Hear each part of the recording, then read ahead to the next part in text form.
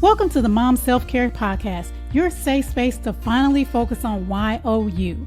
I'm Chari Twitty-Hawkins, your self-care coach for moms, praying wife, and mom of four. And I know that being a Christ-centered mom is such a beautiful calling, but it can be so draining. That's why it's important to make sure you are filling your own cup. On this podcast, we'll discuss practical, holistic self-care strategies to help nurture your mind, body, and spirit. Because a mama who fills her own cup pours that back into her family with true peace and joy. Tune in for honest conversations about motherhood and self-care, because you matter too. Blessings, mamas, and welcome to the Mom Self-Care Podcast. I'm Chari Twitty-Hawkins, your host and self-care coach for moms. And today I have with me special guest, Dr. Shawn Denise Witt. Welcome. Thank you so very much for having me. And today we're going to be talking about healing, trauma, and motherhood, because a lot of us, we are dealing with heartbreaks. We are healing while we're raising our children, because we still got to do it. We can't put it on hold, even though we try to. So welcome again. And I'm so excited to have this conversation. Absolutely. And I'm excited to be here. Awesome. Okay, let me tell you guys a little bit about Dr. LaShawn. She is known as the Global Strategist. She is a transformational speaker, author, and visionary leader committed to empowering women and uplifting communities. She's a successful serial entrepreneur, and she owns businesses spanning from wedding and event planning, travel concierge services, and educational consulting, all while supporting women's empowerment. Her debut memoir, The Diva Herself, I Survived My Mess, shares her inspiring journey of overcoming trauma and discovering purpose through faith. She resides in Inglewood, California with her daughter, Morgan. Awesomeness. So tell us something about yourself that is not in your official bio. Oh my goodness. Let's see. It's quite a few versions of my bio. I think the most important thing is that I'm a lover of people. I'm a lover of community. And I know that doesn't necessarily speak to everything that I do.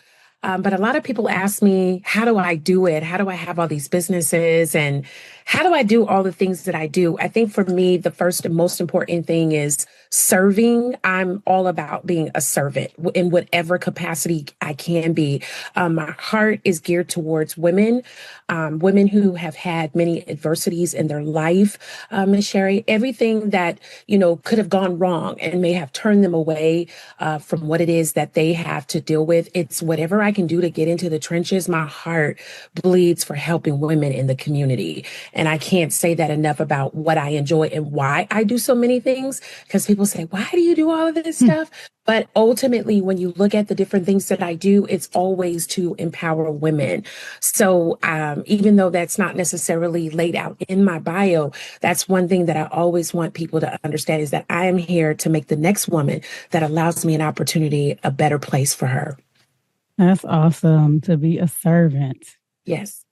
I mentioned heartbreak, and you also mentioned that as well, I believe, in your book. So what did that look like? Like, what type of heartbreak did you go through, and what did that look like while you were raising your daughter?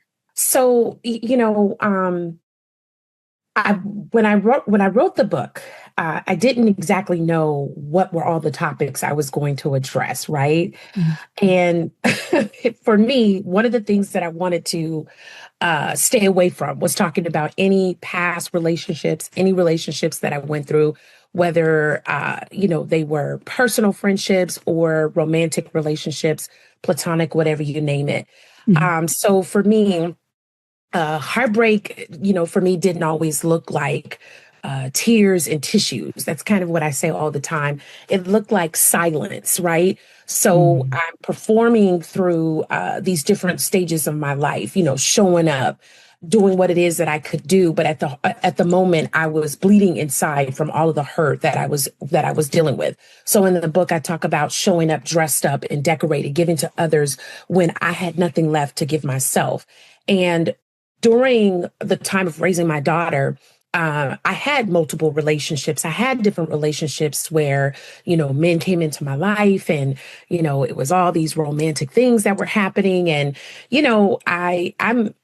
I'm one of those people that I give everybody a chance. And so a lot of those relationships, I went through mental and physical abuse. And for me, it was like scrolling through my phone, sometimes hoping, for things to change. It looked like, for me that, okay, even though I know this relationship isn't good for me, I want to give my daughter the opportunity to have this ready-made family, if you will.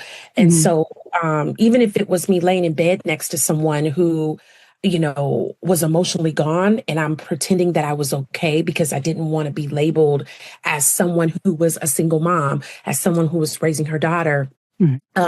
As I kind of grew through some of these relationships, even when my daughter got older, it was like, God, I was praying for, that great person to come along. And so I journaled a lot of those heartbreaks because I wanted the readers to understand that sometimes we think Prince Charming should look like this. And when Prince Charming would come along, that was not Prince Charming. And so I kind of looked at it like, God, I'm praying for clarity on these relationships. But at the same time, I'm trying to hold on to this confusion and these relationships because the truth was the matter. It wasn't for me. And that hurt a lot. And so I knew that one of the ways to capture readers was to really share transparently about those relationships, about how they tore me up and how I was living in these sexual relationships and I was bouncing from this one to this one to this one, when really it was me that I needed to work on me inside, that I needed to work on the deficiencies, if you will, that I was dealing with and knew that, okay, LaShawn, you got to get yourself together before you jump into these relationships. And so for me, that heartbreak spanned over, multiple decades, if you will. And then that's where I walked into the journey of talking about my celibacy journey. So the heartbreak was pretty hard for me to write, and that wasn't on the list of themes to share. But, at the end of the day, it came out in the book. Right. Sometimes we have our plans and God says, I have something different. Yes, absolutely. Yeah. And that's important that you shared that because when you're vulnerable, then as I believe you mentioned, then other people can relate. Then they're like, okay, I'm not alone. I don't need to feel ashamed for that. She understands what I'm going through. Absolutely. And it showed me where I abandoned myself and it forced me to, deal with the parts of me that I kept hiding. And eventually that place became the birthplace of my healing. So you're absolutely right. Yes. A lot of moms feel like they have to put their healing on hold while they mother their children. And we know that can be 18 plus years. I don't think we really think about that. But as you've shown us, we can heal in the process. So how would you encourage them to say, hey, this is how I'm going to make myself a priority and make healing a process while raising my children? One of the things, it's very interesting that you asked this question because I talked about that in the book about being a mother, dealing with so many of these different issues. One of the issues was I had some suicide attempts. So a lot of mental, psychological things were going on with me. So this is good. This is something that's so important to me. Healing as a mother looked like, for me, it was learning to cry literally in the shower and still get dinner on the table. And I had to check out of those moments. I was already going through these facets of, I had to give my daughter everything that I wanted her to have because I didn't get it when I was a child, or I thought I didn't get it as a child, or because her father we weren't married and I couldn't give her that perfect family.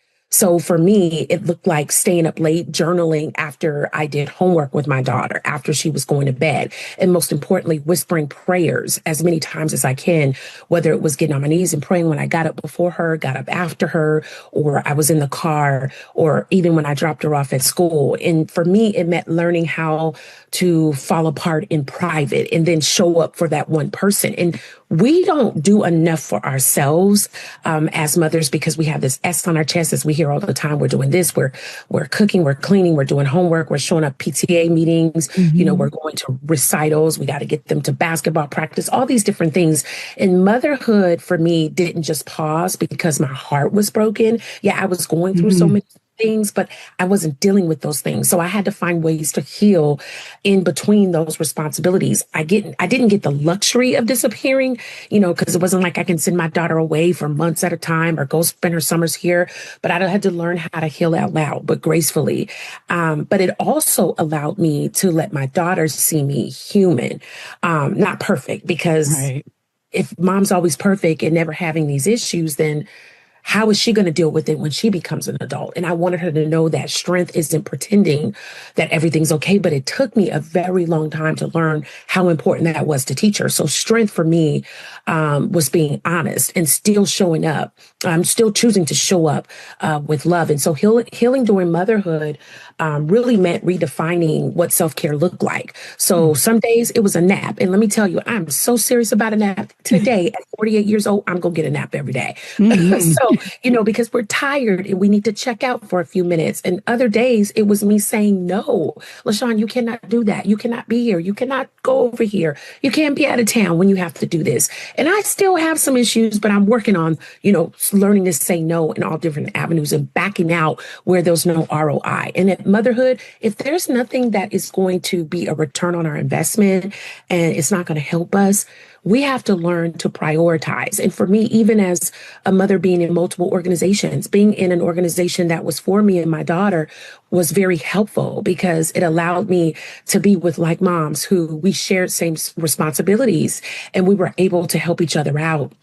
So it's really tapping into your community and your network to really find avenues where you can parent along with other people who have similar set situations. And most days for me, it was just giving myself permission to not have all the answers and trusting the healing, in pieces as I just continue to grow in the different areas that I needed to grow in.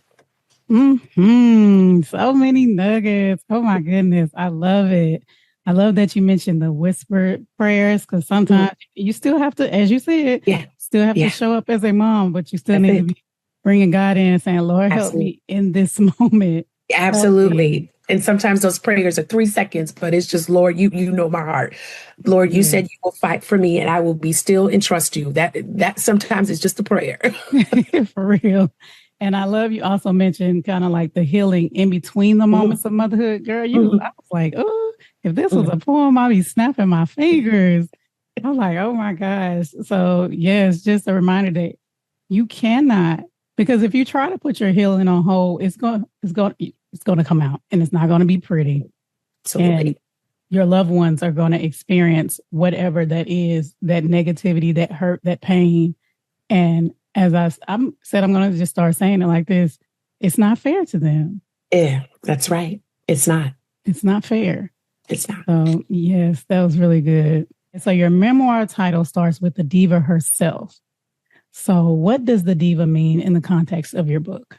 Fair enough. The diva herself was initially my brand name for many, many years. When I went through a rebranding, I changed it to the global strategist. So diva isn't about an attitude or appearance, which I actually started the opening because, diva has a negative connotation to it, especially when it comes to the saints.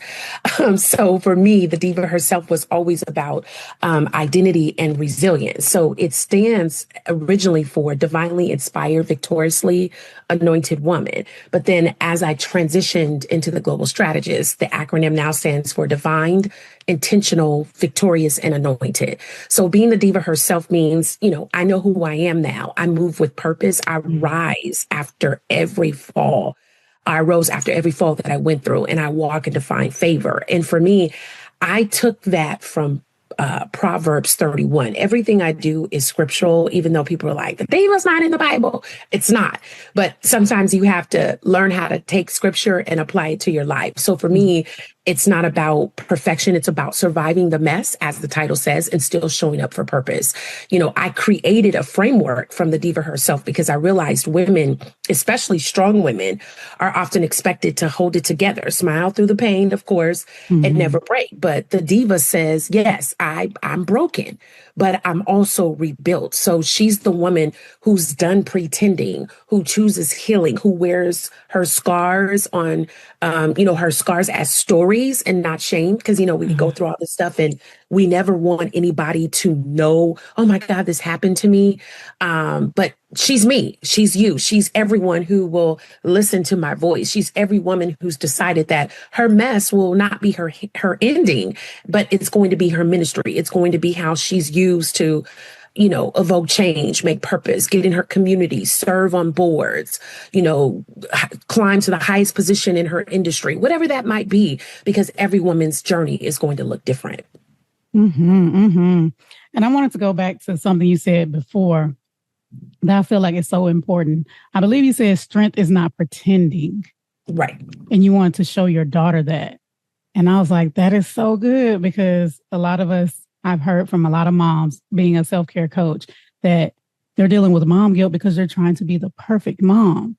So they're trying to show this strength, like you said, by pretending. They have it all together. They're pretending that everything's always okay.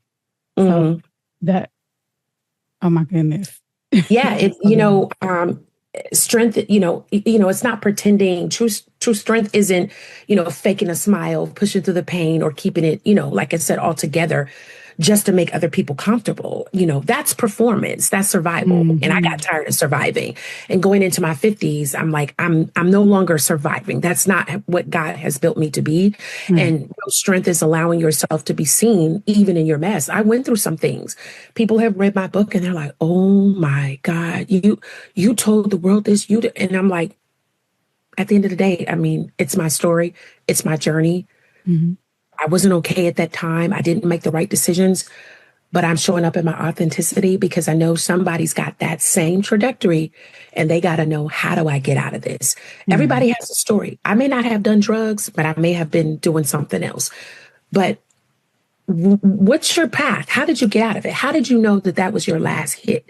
How did you know I can't do this anymore? And that's where we as women, sometimes we're not transparent about, okay, I went through that too, but can you tell me how you got out of that? And for me, it's knowing when to say no, when to ask for help, and when to take care of myself and rest. Because, I never did that. And as women, even when I, was really a mom, well, I'm always a mom, but when my daughter was growing up, I'm building this career for myself, but I'm still silently dealing with all of these things. But I had to learn that vulnerability for me was my power. And, the more transparent I was going to be, that was my form of healing. And, telling my truth, it doesn't make me weak. It doesn't make me look bad, but it frees someone else. And when I'm long gone from this world, I want somebody to pick up that book or someone to read my story and say, you know what, let me do this. Let me figure this out. Let me get out of this. This ain't right. So when I say strength is not pretending, I mean, you don't have to shrink, fake it, or bleed quietly to be worthy, but your strength is in your softness. And I say your surrender and, of course, your survival. Girl, my goodness, Dr. LaShawn. Oh my gosh, so many gems. I love it. Thank you.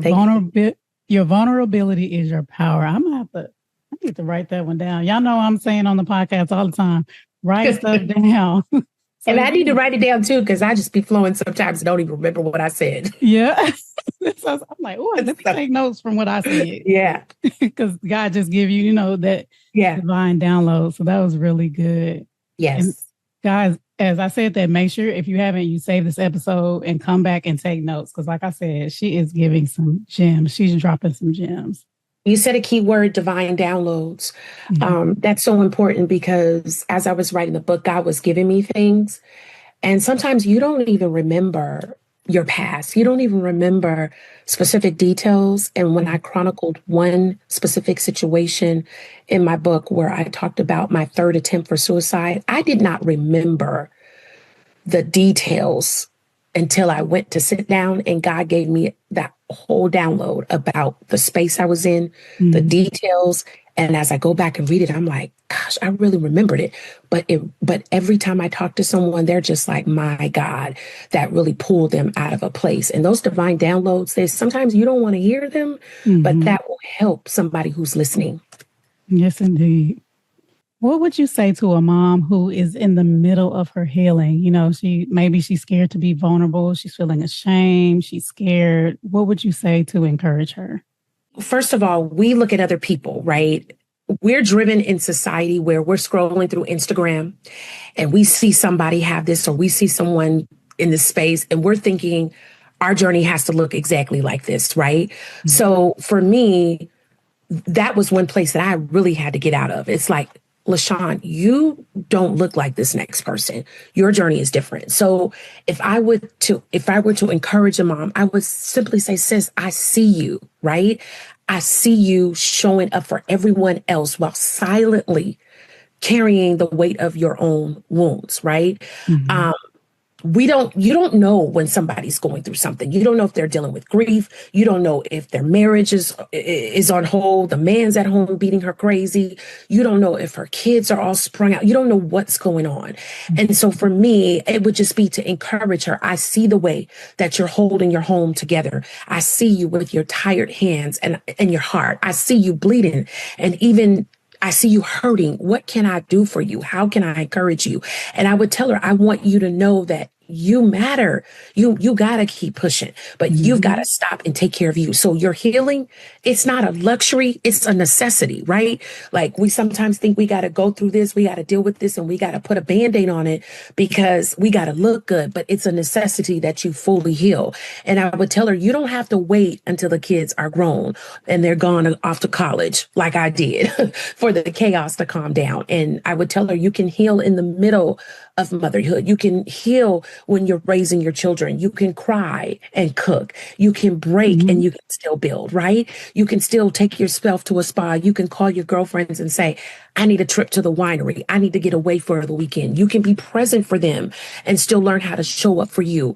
And I think we as women, we don't give ourselves grace, right? So mm-hmm. healing doesn't mean, getting it perfect, because I wrote a book about healing. I still ain't perfect, right? And it means giving yourself permission to feel, I could ask for help. We shy away from saying we had therapists. I had 5 different therapists going on at certain sessions of my life because of different things that I was dealing with. And I had to come back to what is going on with me? How do I work with the things in me?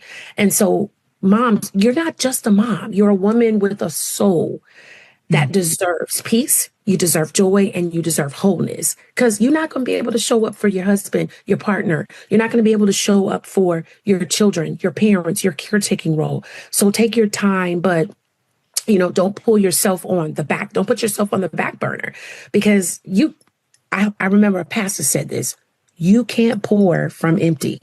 Mm-hmm. And that never hit home for me, because I was like, you can't pour from empty. Mm-hmm. I said, oh, yeah, you can't pour from empty, and you don't have to heal alone. So women, you are worthy of the same love and care that you freely give to everyone else. And until we embrace that we're worthy of that same love that we give to everyone else, we're never going to hold. We're never going to be whole. Never. That's right. Oh, my gosh. I hope that inspired you, mamas. Just so many nuggets. I'm like, oh, I can't wait to go back and listen to this and take notes. Oh my gosh, so yes. Good. Because we're all on a healing journey, no matter what. Absolutely. It doesn't mean that it has to be something that's deep and dark. It can be. No, it can be just, something that happened yesterday. And you're like, I need to heal from that. So loss of parents, mm-hmm. divorced, children. Even I went through a season of when my daughter revealed her sexual identity to me. That was something that took me through a process, losing my career, all these different things. One thing is not the only thing. And people think sometimes I'm only going through one thing, that's the heart. But you can be going through 5 different things at the same time, and they're all triggering different emotions. And that is why we have to, again, take a step back and really assess what is going on and how do we start our healing journey from all those different things. I went through a bankruptcy. That was a healing journey to lose so many different things and learn how to pick back up my life again. And those are lessons that I share in my book about it's okay to file bankruptcy. Don't listen to what people tell you. You can start all over again. Right. Yeah. Okay. And can you tell us where we can find your book? Absolutely. You can find your book. I have authored hardback copies directly on my website at drlashawnDeniseWitt.com, or you can purchase the book on Amazon. Of course, those won't be signed by me, but there's hardback, paperback, as well as a Kindle version, and then Apple Books as well. So we're featured on my personal website as well as Amazon and Apple Books for those that are iPhone and iPad users and all that different stuff. Right. That's me. Yes.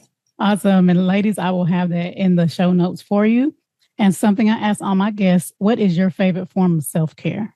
Oh, my my favorite form of self-care since 2018 has been I go to the Maldives every July at the end of July. And I spend 5, 6, 7, depending on my schedule, days. I need to go somewhere where the water is beautiful. I can be served like a queen. I love to travel. As you said earlier, I get to host travel events for people, but going to the Maldives is my time to check out and to just be in the moment. I get a lot of writing done. I hear from God. I listen to music. I just take the time to unplug and do the best that I can to pour into me. So that is one of my favorite self-care tips. So I got to put money aside every single year so that I can be in the Maldives. So I will be there this year.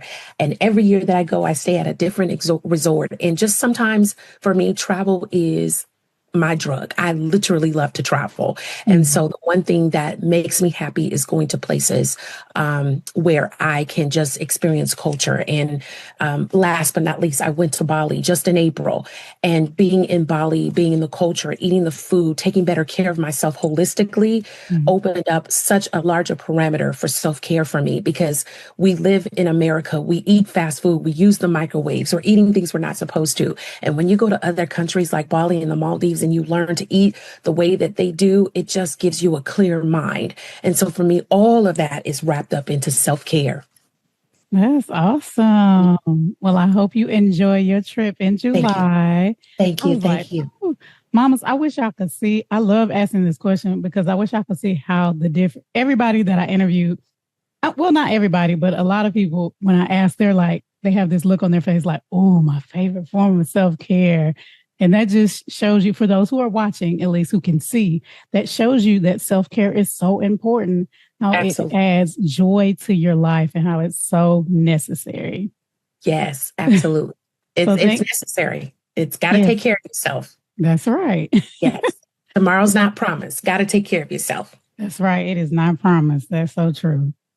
All right. Well, thank you again for joining us, Dr. LaShawn. Thank you so very much for having me. I always appreciate the opportunity to just stop in and share a few words with the larger community. And I thank you again for the opportunity. Amen. I enjoyed our conversation. So ladies, Absolutely. if you have not, make sure you save this episode. As I mentioned, get your pen, listen again and take notes, subscribe if you haven't, and share this with a mama that you love. Until next time, take care. God bless. Blessings. Thanks so much for joining me for the Mom Self-Care Podcast. I hope you feel inspired to make yourself a priority too. If you enjoyed this episode, don't forget to subscribe so you don't miss a thing. Share this podcast with another mama you love and leave a review. Also, feel free to let me know what you would like to hear about in future episodes by visiting me on Instagram at CIC Inspire Me. Until next time, take some time to take care of YOU, because you matter too.